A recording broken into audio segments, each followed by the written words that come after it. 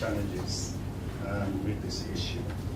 And the second topic we try to cover is what have we learned on the consistency of policies and strategies and the efficiencies of processes and management of ESWs, and actually their overall usefulness in these institutions. I would probably, add there the issue of funding of ESWs with respect to mainstreaming that in the work programs and interventions. And then we will then look ahead to say how can ESWs as a knowledge product contribute to the bank becoming a knowledge institution. I think all three institutions at different levels, the World Bank at the global level, the ADB at the continental level, and DBAC at the regional level seek to be the premier knowledge broker in the regions where they are. So I think it's a pertinent question to ask. So without much ado, let me start. So Safira, do you want to give us a perspective from DBAC?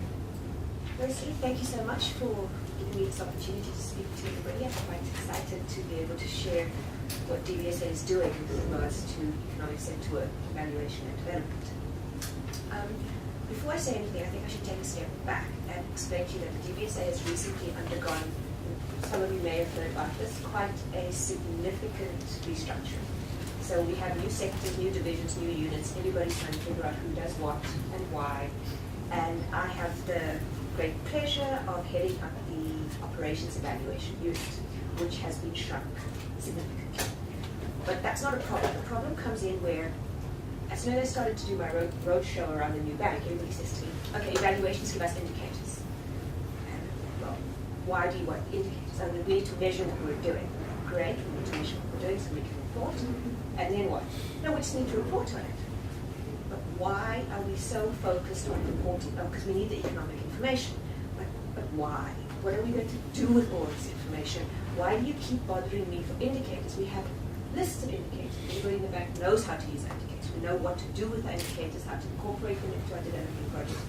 Why do you want new indicators? And we came back, no, we want new indicators because we need the economic information. So I had to sit down and I thought, well, firstly, I'm given a stepchild of the bank to manage. People only want indicators from me. Nobody cares about development and effectiveness. Nobody wants to know about why indicators are important. Nobody wants to know about what my team actually does and what we do. So I decided to have a big think, and basically we've come back with, yes, indicators are, and our economic information, as we all know, is significantly.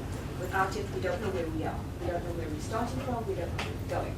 But if we only focus on that, on our indicators and our information coming through from our indicators, we're going to be developing within a vacuum. And that's one of the key problems that, well, I've picked up, because now anybody that speaks to me is, what's our development effectiveness? I say, well, what are you referring to? Oh, how many schools did we build last year? Access to schools is not development effectiveness.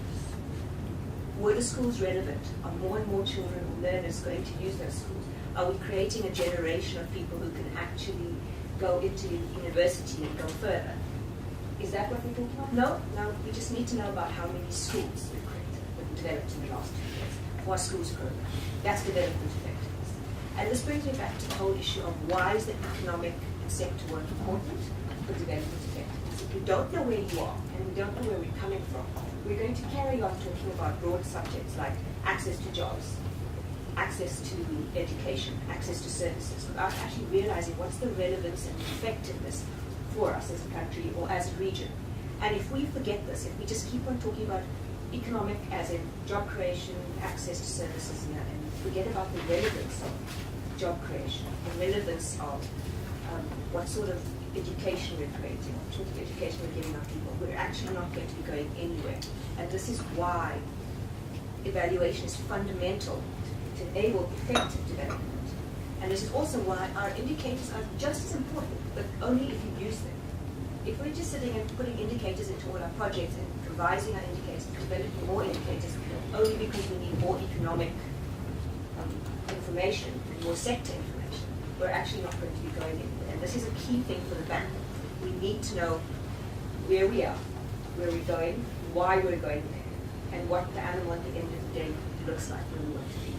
And if we keep focusing on indicators and research and thinking of evaluation and development effectiveness as more of a cost center, we're actually not going to get any further. So that's my reason why I think economic and sector work is fundamentally important. And it's bigger than indicators, it's bigger than research, it's bigger than files and documents and information. It's actually what we do with that. That's all.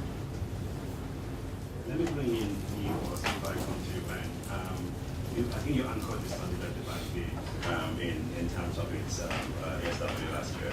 Can you just give us a flavor of that and what are the issues in the bank with regard to economic and sector work? Maybe to begin with, we'd like to again a bit contextualize what is economic and sector work. Because this is one of the first shock I had when I began this evaluation, is that more often there has many definitions of economic sector work as the number of staff in the bank. And in some institutions like the AfDB Bank, we don't have a definition of economic sector work. So everybody defines economic sector work the way it feels. And if we don't go to the root of this expression, sometimes we get lost. We get lost, we don't know how to differentiate, for example, economic sector work and research work, or just other internal reports. And understanding that, we really need just to understand why economic sector work is important. I would say the expression economic sector work originated from the World Bank. And in the 18th, the World Bank was publishing a report that was called Issue and Not Issue. And those reports that became known today as economic sector work. I think that first started was more talking to what should be economic sector work. That is a report that should come out with issues. What are the issues? What are the options? And from there, one can design technical assistance that will come in to tell how to do things. That is, economic sector work tell what to do, and technical assistance will tell us how to do things. Coming back to the African Development Bank, issue of economic sector work really came out in the year 2005 when the bank tried to imitate the concept of knowledge bank that was initiated by the World Bank. You mentioned it in 1996 with the whole version. And since the World Bank said we want to become a global knowledge bank, most of the different bank also tried to follow the path. In 2001, for example, the Islamic Development said, the Asian Development Bank, for example, they said they also want to become a knowledge bank. In 2005, the African Development Bank said we also want to become a knowledge bank. And becoming a knowledge bank implies some institutional organization, like in the African Development Bank, we created the chief economic complexes with organizing the research. But also, the bank SPTC said we will do rationalize economic sector work, do more economic sector work in quantity and in quality. But we said we do it, we should not say what it is. And this is where most of the problem came from, because we said we do something that we don't do, what it is. Nobody has definition. More importantly, I was also shocked with this evaluation at the beginning, because in the institution, there were no responsibility for economic sector work. When you talk to people in the research of economic complex, they will say economic sector work is the business for sectoral department and sector staff. And when we talk to the sector staff, they will say, oh, economic sector work is close to research, so it is a business for economic sector. So at the end, it becomes an open activity that is there. Nobody is really responsible for it. And this is one consequence of the fact that at the beginning, at the bank, we did not define what it is exactly and why are we doing it. And one consequence, maybe I'll come back to that later, is because we have not defined why we are doing it, then we did not also build in the economic sector activity how to do with an economic sector report, for example. Once the report is produced, what do we do? Since we did not define why we are doing it, for whom we are doing it, Then when the report is produced, it is there, we share it on the table, or we put it on the net, expecting that somebody will come and download it and read it. Unfortunately, it did not happen because they're not ready. So, to come back also to this issue of the economic sector work in the bank, I will just end it by saying that it is really in 2008 that the bank also defined economic and sector work as a KPI for the institution, that it will become a key performance indicator. So before 2008, economic and sector work was not a KPI. So from 2008, we decided to count how many economic sector work we are producing, even though some of this economic sector work was not really economic sector work. Okay, having said that, then I mean, you as the operations practitioner among the group, and also given the fact that within the bank, I think the human capital department has been one of the largest producers of PSWs. Can you speak maybe to the second question of what are the how effective have you been able to leverage these PSWs in terms of activities in the human capital development? Yeah, from experience, from the number of ESWs that we have undertaken, certainly the reason is trying to understand the sector that you are working in. You have in mind an intervention that you want to bring. You want to be certain that that intervention will be addressing exactly the needs and that your partners are looking for. So the starting point basically is the vision of the country overall, and probably broken down to the sectors that Katrina has said. The more you go out to sectors, I think it's more closer and easier to do. Now the experience that we have so far, once we have looked in terms of the need, which is meeting what the government needs and what the bank as a sector is trying to look into assisting the government. You now have to look at the apparatus that you have to be able to undertake that, because I think the goal which have been developed. The apparatus that you have is basically the issues of data that normally we find lacking in terms of the country's baseline data, to be able to establish exactly, as Dr. Nkosana was saying, where you are. The way he took it further, that you also need to understand why are you there. But for us, we want to look where we are now, and then using the vision of the government to try and see where do we want to go. Now that becomes, yesterday there was a term that was used that this development is like a journey. So you'll be moving together with the government in that kind of a journey towards achieving the desired objective, which is development effectiveness for that particular operation. Then you have to come down to now actually designing the ESW, as my colleague has mentioned. You now have to look exactly what is it that you have to do to be able to address the question. Though you have the issues of the teams. For the current practices, normally, even though maybe once we have discussed with the governments and agreed on the nature, on the goal of the objective of the ESW, but the actual implementation tends to be done by the bank, which misses an opportunity in terms of the local capacity building. The view that we have is that we should be working together with the national authorities. It is their need that we want to address. So we have to move it together in this way.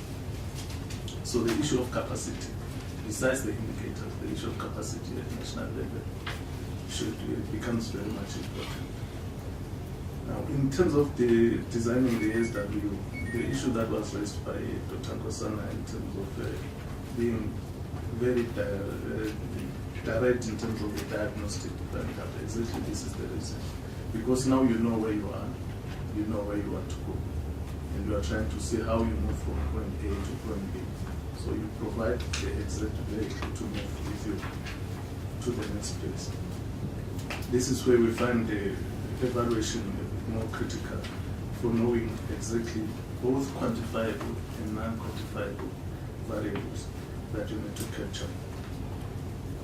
Now, you implement the study, you probably by then have the scope.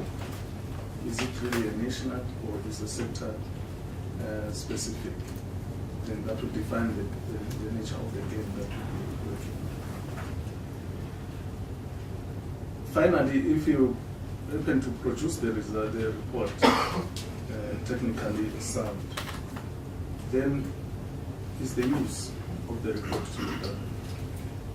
If probably some of the earlier elements in terms of agreeing with the governments on exactly being more specific on this is what they need in terms of the study, then you have a problem in terms of usage of the report. As my colleague has said, it will go to the shelf because it's really not what they were really intending to have from your assistance.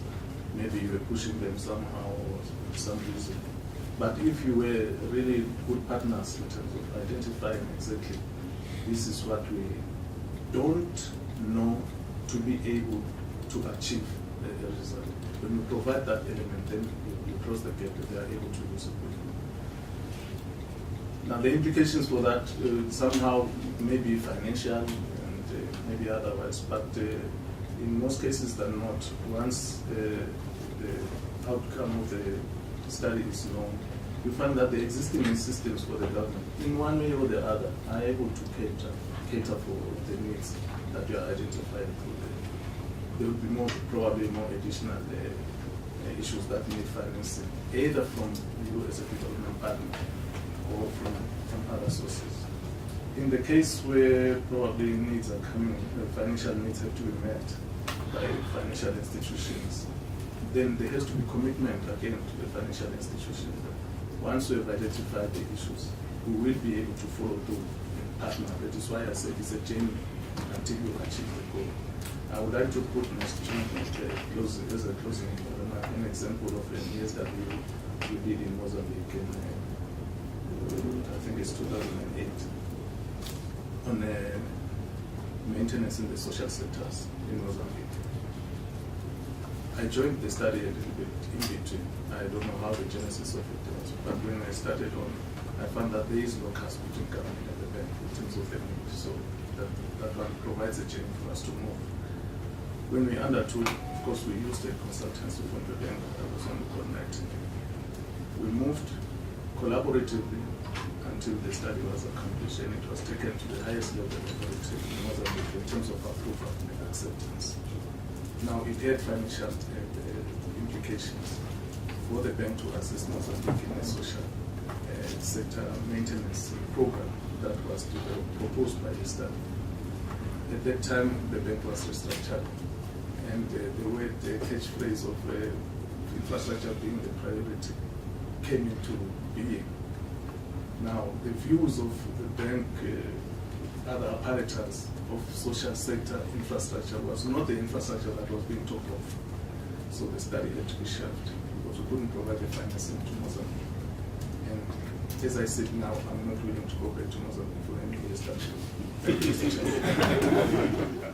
Roderick, I think, had your hands up. Just maybe 3 points. One is, to the World Bank colleague, you were mentioning factors for success, and one issue that I didn't hear you speak or none of the others was really, coordinated ESWs with other development partners. And so maybe in your experience, was that sort of a factor for success, or had the ones where you've gone alone been more successful than when you've done with others?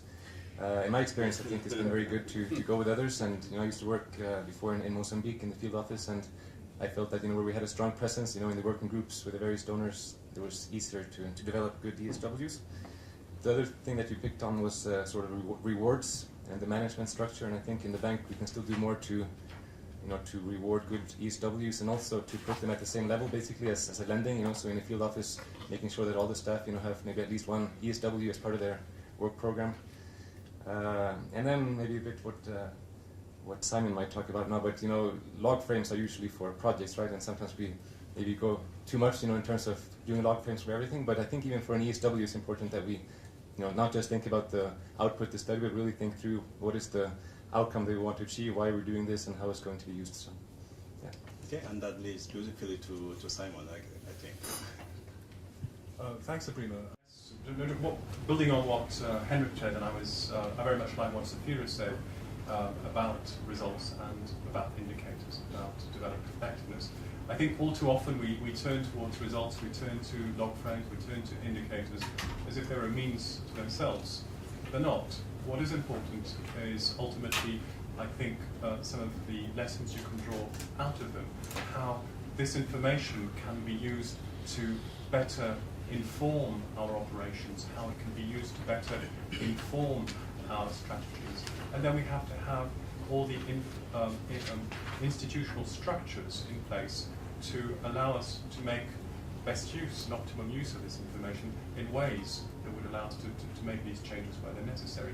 And for that to happen, and just to give you a bit of a sneak preview of what I'll be saying as I close, I think we need to become a truly learning organization. This is what it's ultimately about. And I see evaluation as a very important and constitutive part of becoming what we might call a truly learning organization. Simon's comments spurred something in my mind, and just to illustrate, I'm going to take off from what Benedict was saying about where we are and where we want to go. But I'm also inspired by Animal Farm, so I'll take my my next book, which was Alice in Wonderland. And you'd recall that Alice is looking for advice and so on, and the Cheshire Cat's response is, well, if you don't know where you want to go, then any road will take you there. And this is part of the problem. We, as Katrina was saying, in 1996, the World Bank declared that it wanted to become a knowledge institution. We later on, as the African Development Bank, went ahead with the same thing. But nobody quite knows what it will take. When will we know that we are a knowledge institution? The KPI problem. The issue, when we look around, and there are many governments who immediately turn to the likes of McKinsey or other consulting firms, assuming, even though those firms do not have direct expertise, they carry the brand name and the value and so on.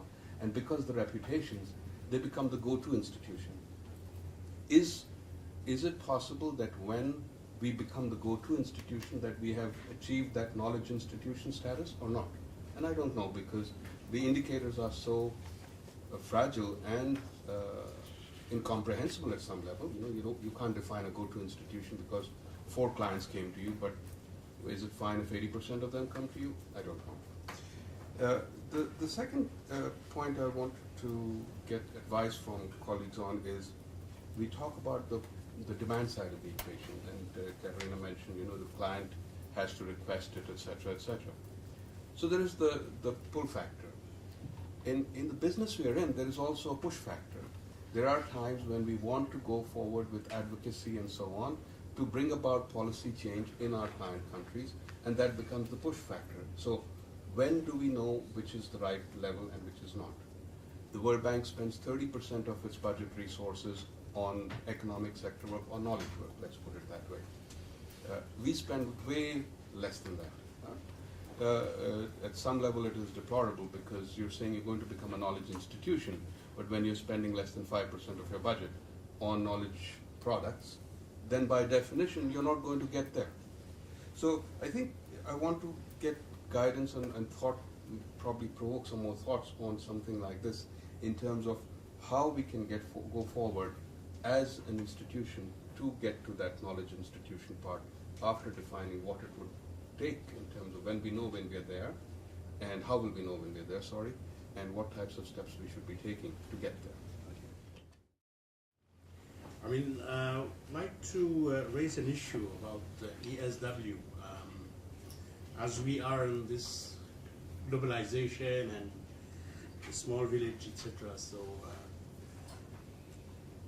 why not replicating or duplicating or not reinventing the wheel, actually, because we can access to ESW all over the world and try.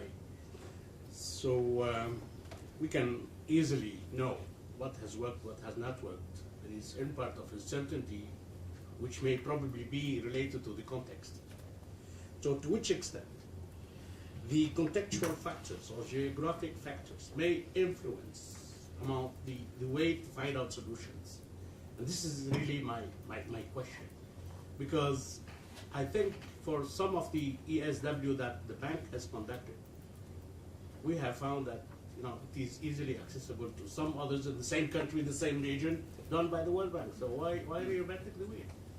So we can use that, probably add something that may probably be much more contextual, and try to find out some solutions. But of course, we don't deny the essential way to do it is, to be participatory enough to understand, and get this point. Thanks. Yes, maybe to respond to some of these questions.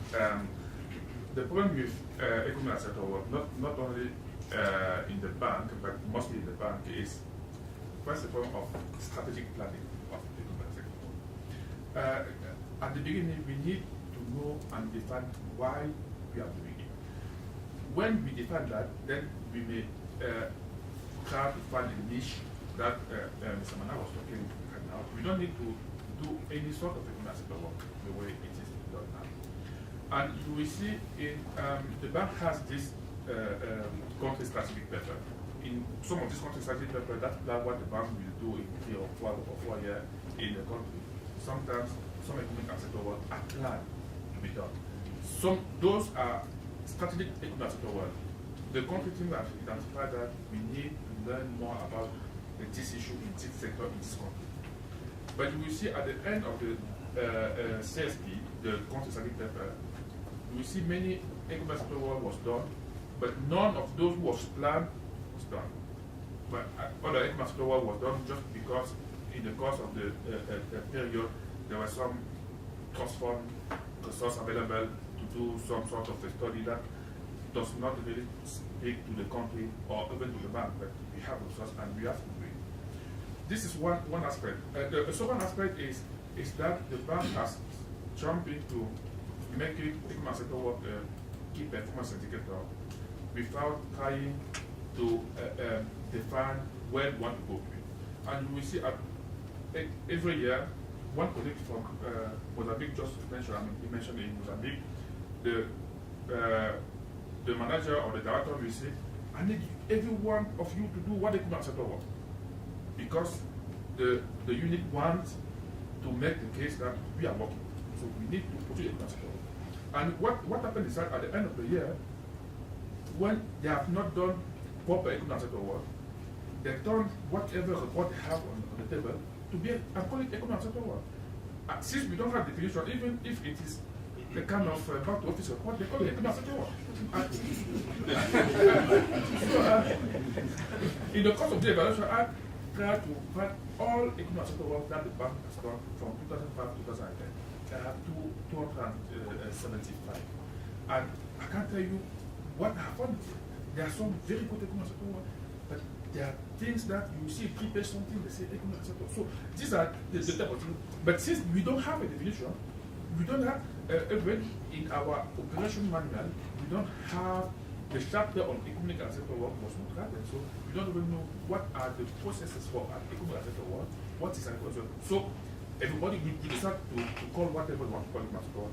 It is an economic settle work. But I mean, are we talking about semantics in the sense that all we're saying is we want to do analytical work with a purpose? Mm-hmm. So whether we call it economic settle work or at the end of the day, I think what you want is to say I'm increasing knowledge in a particular area that would allow me to knowledgeably or better intervene in a particular space that I previously may not have been able to intervene. And I mean, I'll just give an example. In the course of our preparation or dialogue, when we moved to this area with the middle income countries in the region, one of the things I'm finding in terms of our lending program, for example, with Botswana, with Swaziland, and to a lesser extent with South Africa, is the issue of lending limits. They all have lending ceilings. In some of these countries, 20% external debt, right?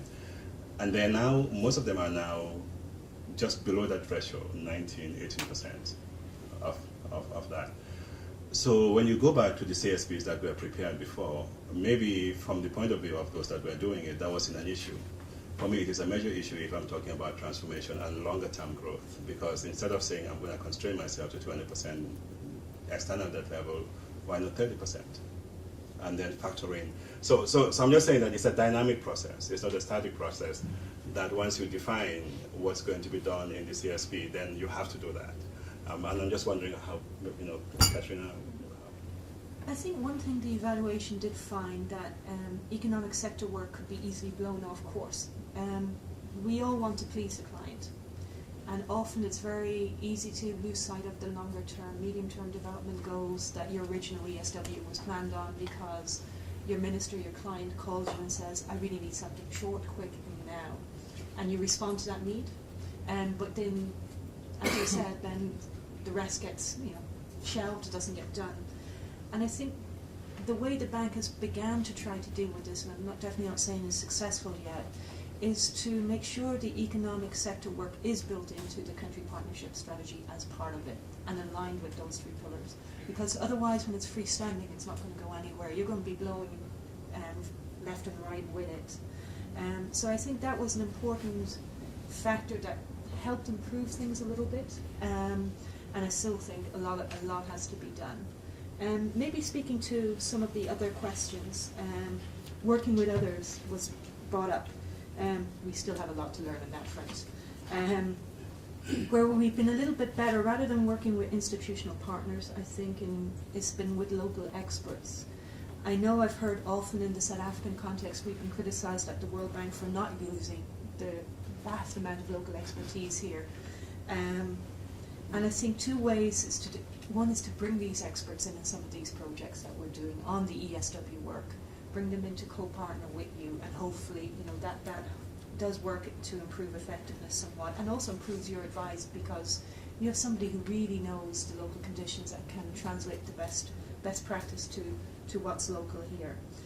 The other thing that I think has been working well is some of the initial work I'm seeing in South Africa, and also in reading some of the experiences of other countries, stay and Malaysia.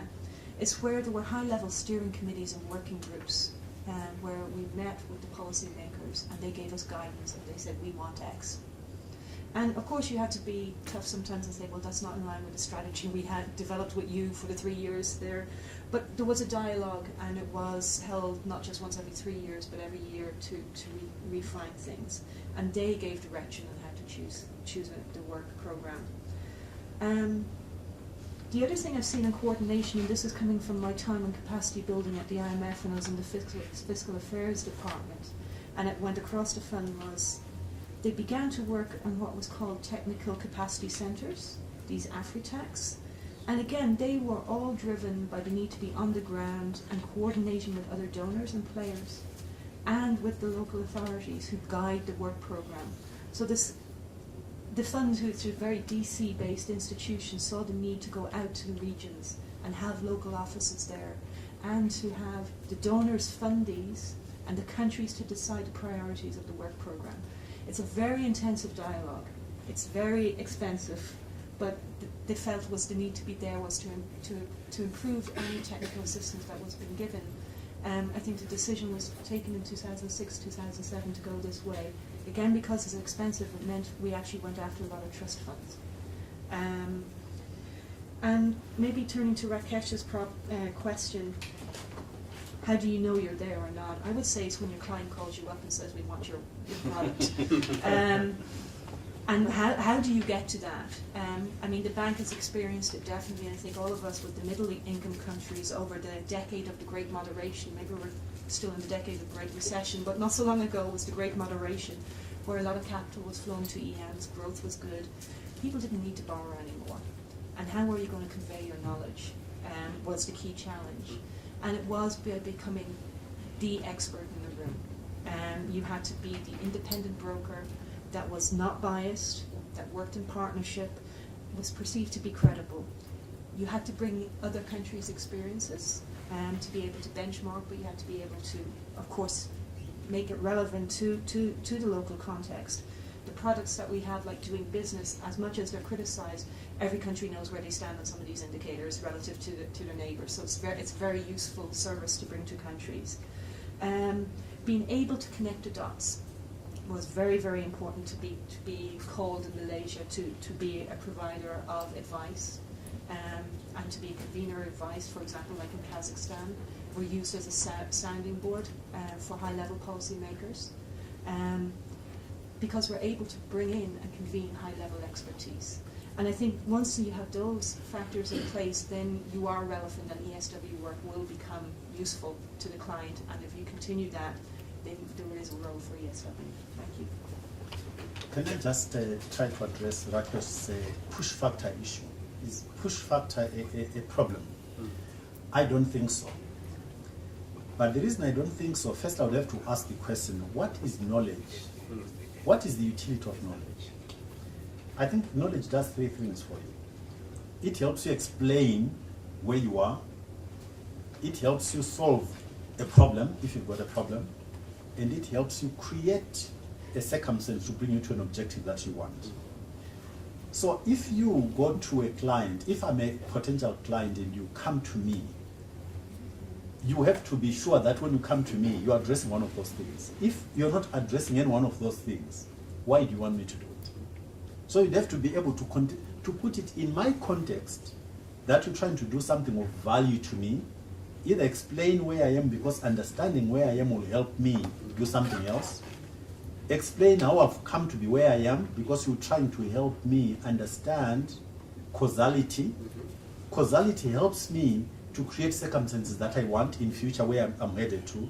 And as long as those factors are in place, I think you should be able to try and persuade me to do things that I may not have thought about because you translate them back to why it's good for me to do that. So I don't think that's a problem, a push factor.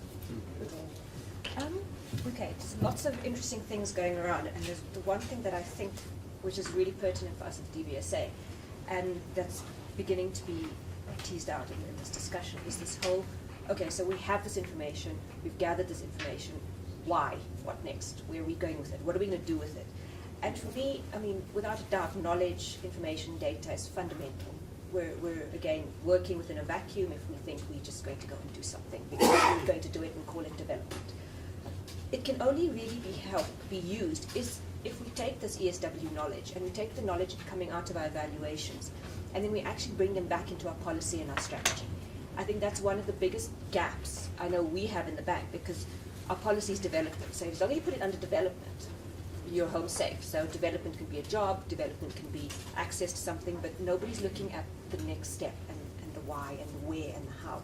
So it's being able to bring your information, your evaluation of ESW, all of that, and bring it through into your policy and to recognize it. If we don't recognize it, we're basically not going anywhere.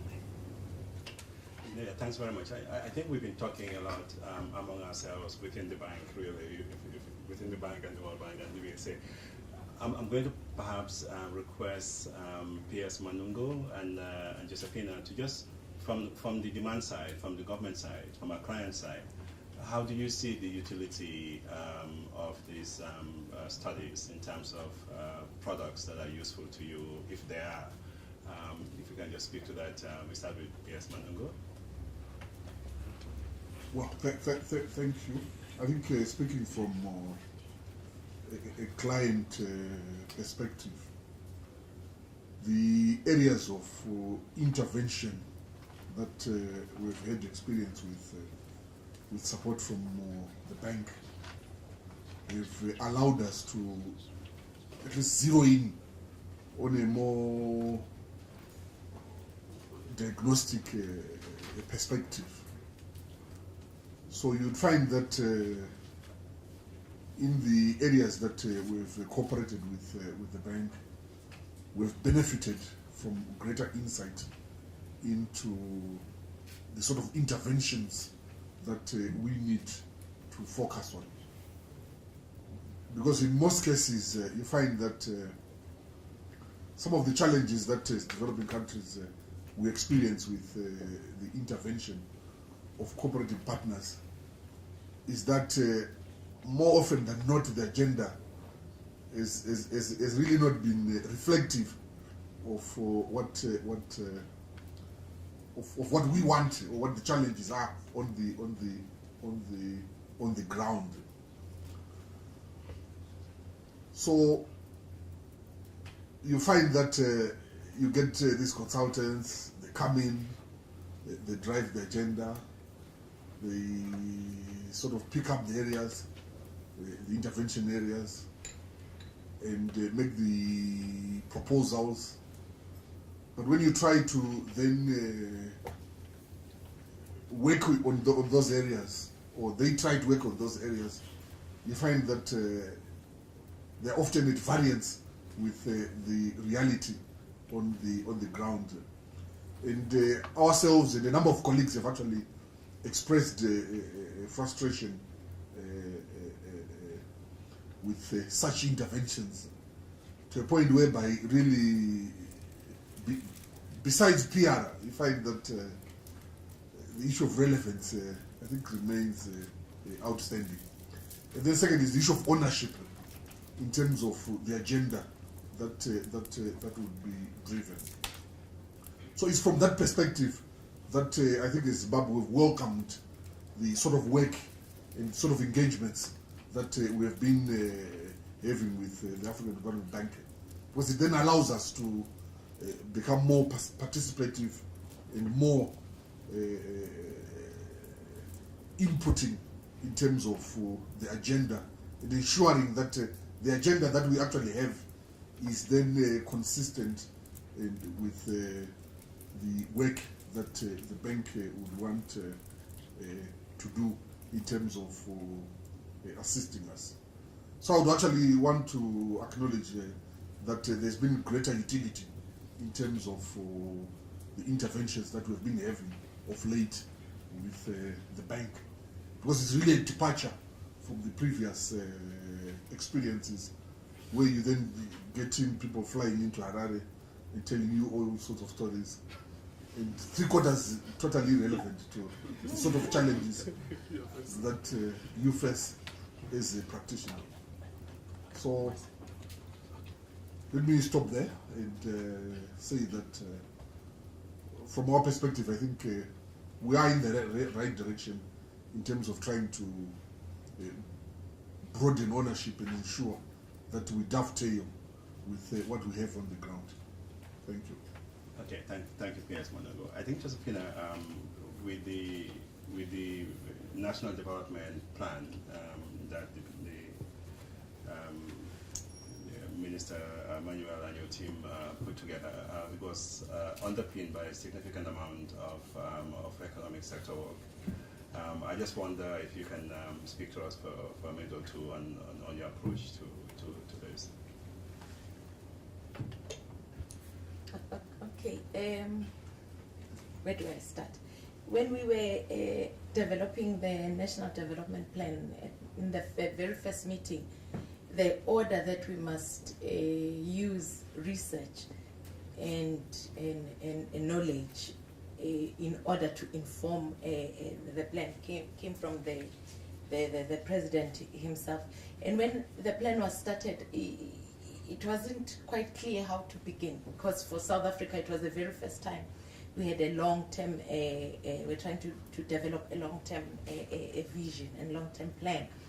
But of course we tried learning from what other countries were doing. I remember very well I visited Kenya and Uganda, as well as of course the usual, the Chinas, the Singapores and everything, to find out how you start drafting this long-term vision. A lot of knowledge was assimilated in creating what we said was the diagnostic report. The diagnostic report was made up of about 11 chapters, trying to find out what exactly is wrong, where are we, and how do we move from here to wherever it is that we want to go. And just to say, one of the reports that came out, should we say timely for us from the World Bank, was the one on inequality of opportunity for South Africa, and it helped inform what became the overarching, should we say, objectives of removing, of reducing inequality and eliminating poverty by 2030, which became the rallying cry around what is now the National Development Plan.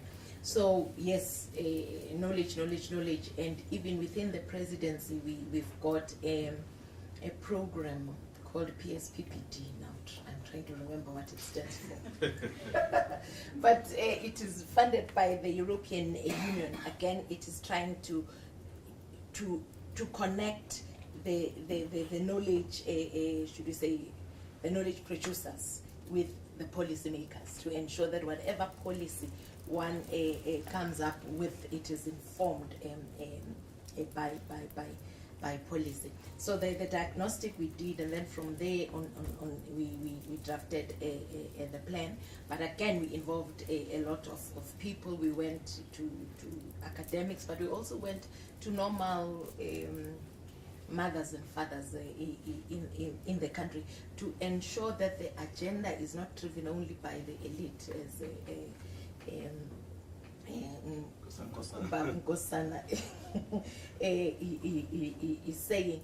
And one of the things that came out, especially for me, was that there really is a lot of knowledge products around all these other issues, but not enough on the softer issues. So the issues of inequality of opportunity, for example, were great. It really was very important for us.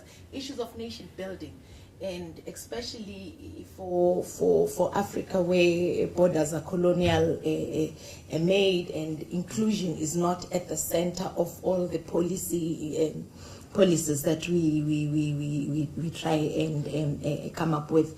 So maybe my request to our partners is that let's start again talking about inclusion, these softer things that no one wants to talk about. And yes, of course, how to grow the economy, how to build infrastructure, all of those things are important, but so are these other softer ones where we don't, even indicators for nation building are not quite clear. No one knows exactly what it is, but we all know it is important because it is the base on which everything else will be built upon, nation building and inclusion. Unless we have that, we will always think we're at peace, and then there's an election in Kenya, suddenly people are on each other's throats, and all the things that we are trying to do go up in flames. Thanks. Okay, thanks very much. We have about 15 minutes, so we'll come back. But I think Nkosana has to leave and has a burning question. So thanks very much. It's not a question to which I expect an answer here now. It's a question I want to leave with you, a question which bothers me. It's bothered me for a long time. I worked at IFC, I've worked at the AfDB, and I worked in most of my working life has been in the private sector.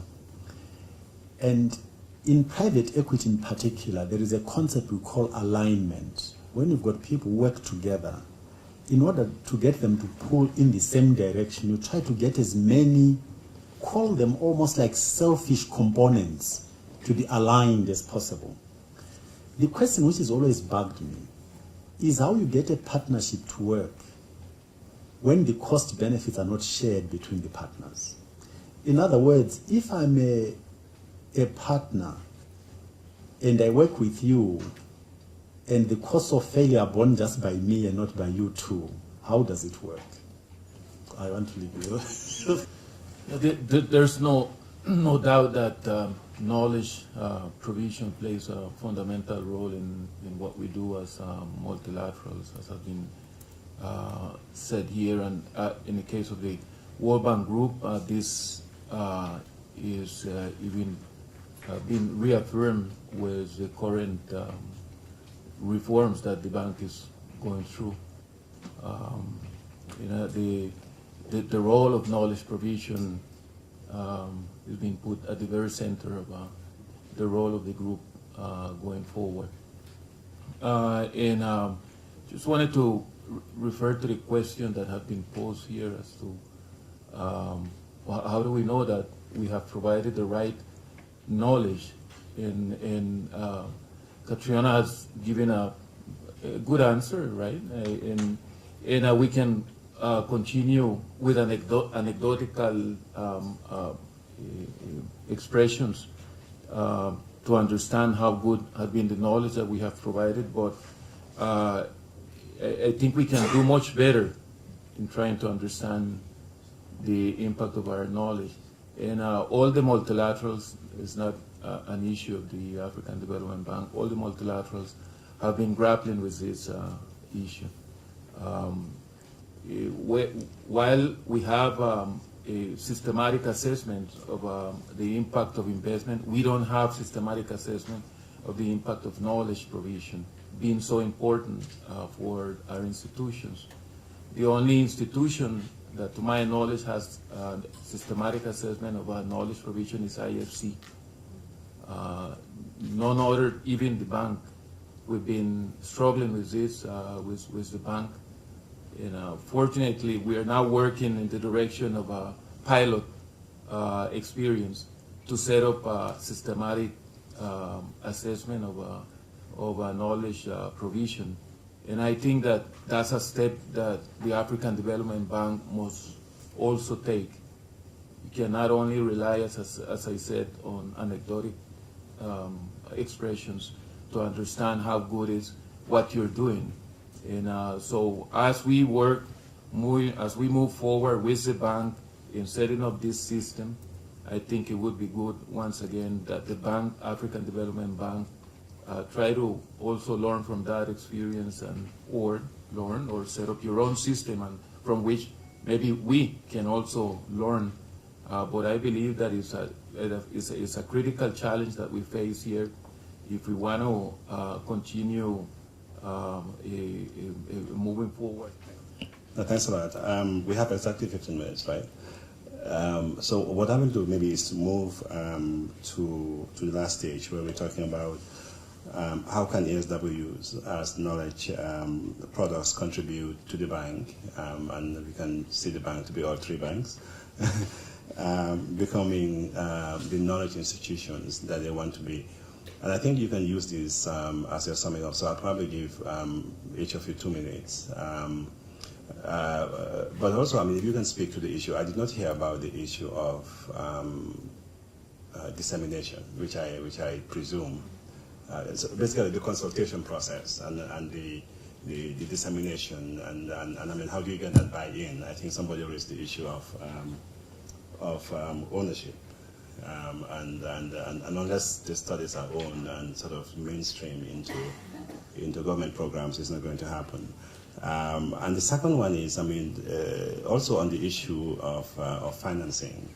I would like to perhaps, hear your thoughts on the different financing models. I think Catriona spoke to the issue of trust of 30% of the bank's budget, I think, going to ASWs, and also spoke a little bit tangentially on the issue of trust funds.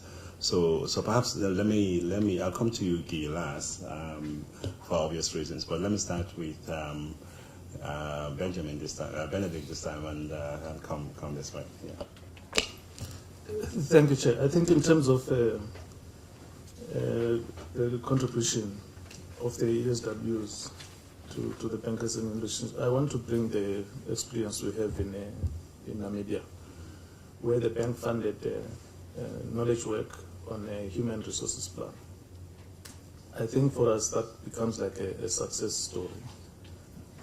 In terms of the product, you go to every sector in Namibia. The conclusions of the study are cited with passion by the government. It's a document you can. For that one, I think from the social sector, we are not scared when the director goes to Namibia, because we've created a name for him. So this is where I think in terms of the entire process of engagement, from conceptualization through to completion of the study, as well as launching or dissemination purposes, the government took part. We have similar cases in Zambia, where also there has been some dissemination processes for the study, and you get government actually owning the study. But the implication there is that on a technical basis, when you conceptualize the study and you provide the funding, to touch a little bit on the funding, Mr. Chairman, you provide for the funding for the study, you have to be inclusive, include that type of a dissemination. In most cases, for the studies that we've been having, we find that that element is left out simply because we are not sure, in the absence of the definition of the processes that my colleague was mentioning, we are not sure whether your end product will be just presentation on the board or something like that. So you leave the dissemination to some unknown element. But if you factor it in terms of the design of the thing, you find that you have a valuable product at the end of the day. Thank you, Chair. Specifically, something that the DBSA has learned, with knowledge dissemination within the context of a lack of capacity, and here I'm referring to our municipal, we call them our M2, M3 markets. If you take a step back and think about all this sustainable development, everybody's running after climate change, green projects, green is amazing, green is awesome, we need green funding. So we all jumped onto that bandwagon, and then we just received an inflow of projects which were green. Okay, they were all very green, and they were awesome, and the bottom line is this project is green. It will create sustainable development because it's green, and that's where the whole thing stopped. And this came about because of the type of information that was disseminated into the sectors. We realized that we need to do something. We have climate change issues, we've got environmental degradation, resource issues. How can we do this? We'll start talking green within our municipalities. But we ended up with this inflow of projects which were couched in greenwash, shall we say, but actually have no development impact, are not lending or adding to anything, and are fundamentally taking us backwards at the end of the day, because they're being done in a vacuum. They're being developed in a vacuum, they're being implemented in a vacuum. And so my whole point on this is, yes, we need to have economic and sector work, and yes, we need to know what our context is, but we also need to be very careful about how and who we disseminate what information to, and how that information is then used. Obviously, we can't be held responsible for what a decision somebody makes with the information you give them, but we, as the people who are start generating it and working with it and making our decisions on it, need to be very careful of sending that information out. We'll end up with green projects which are the last thing from green, and take us backwards from an economic perspective, environmental, social, and every other perspective. So for me, knowledge dissemination, fundamentally important. Context is even more important. And also, you come back to that whole thing, a little bit of knowledge in the wrong hands, or a little bit of knowledge in the right hands, and the outcome. So if we can just keep that. Yeah. Okay, Centurion. Maybe coming back to the issue of the financing of knowledge-based work, using the Inequality of Opportunity report, that is a public good, and that we had to fund ourselves from our own bank resources. But believe me, the pressure is on. When I go back, I've only been 6 weeks maybe at the bank in total, but when I was in Washington for a week, my sector manager looks at me and nobody's borrowing from us. So it's like join the club. Exactly. But it has value, and I think the country director here realizes that, and I think deep down people in Washington do realize that you have to fund it. That's why there is a budget there for it. It's disseminated extremely well. It has long preparation times. We consult with the clients to see if this is of use to them. Now, the other type of knowledge work we do is to try to address specific needs of our country clients. And we try to do that through reimbursable fee-based services, where we initially do the investment up front and then we get paid for the work, almost a McKinsey-type model, and with upfront payment. But even to do that, one needs seed money to begin doing the ESW work, so you can prove your value. What can you offer? What products are on the table? You need to have a dialogue with country clients to understand their needs better. And it takes a lot of time to get to these services. So I think it's an issue that we grapple with. But we do see the dissemination of the reports very important. The Inequality of Opportunity style reports are public. The economic chief economist reports, all of these are public goods. The problem with moving to the fee-based services, they're often confidential goods. That are subject to confidentiality clauses. So you may get your funding eventually for the work that you need to do, but then the public good aspect of it may falter, and it's very hard to often convince clients of that aspect of it, and the work should be really... So there's trade-offs and difficulties in balancing this relationship, so I'll just leave it there with that. Thank you. But I'd like to make perhaps 3 points. One, in terms of the road and the KPIs and so on, In my view, I think the day that we think we have arrived is the beginning of the decline. I think as a knowledge institution, the pursuit of knowledge has to be constant and continuous. Second, when I was at the World Bank, there was a development which we had done there of a knowledge economy. And there were many sub-steps to it, and the broad indicators, sub-indicators, and so on. It's very interesting, the clients who came, the clients that Catherine is talking about, who came for a diagnostic on how far ahead they were in terms of a knowledge economy. I'll give you the names, I won't ask for a guessing game. Finland came twice. South Korea, Japan, Norway, China, India. These were the client countries who came. For those of you who recall, Finland has been the choice knowledge economy, globally speaking, 3 times in the last decade. So what these policymakers were doing is identifying the gaps because of based on the diagnostic, continuously filling those gaps, and therefore staying ahead of the curve, if you like. I think as an institution, we need to do exactly that, and we need to push our client countries, I hate to say client countries, but partner countries, together in that same direction as we go forward on this. Thank you. Great, thank you very much. On those very wise words, I think we can wrap up this session. And I see Felicia smiling, so it means that I'm doing well on timing. But please, before we do that, can you join me and give a round of applause to